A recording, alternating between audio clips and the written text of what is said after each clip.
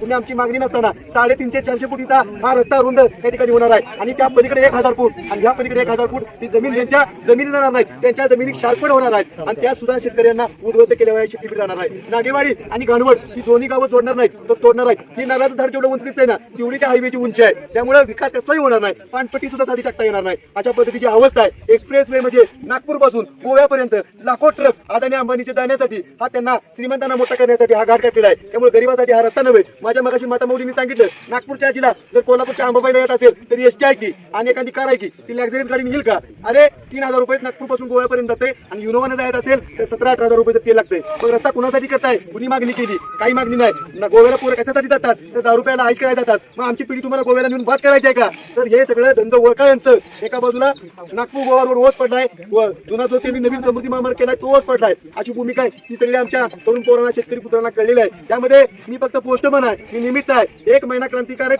Captain Ramlal यांचा नातू म्हणून माझी 1 इंच जमीन जात नसताना ध्येयानं निश्चयनं स्वाभिमान मी या ठिकाणी तुमच्या पुढे आहे. त्या ठिकाणी मला जर अटक झाली तर 100 दीपक लाडू उभा राहतील. बरोबर का?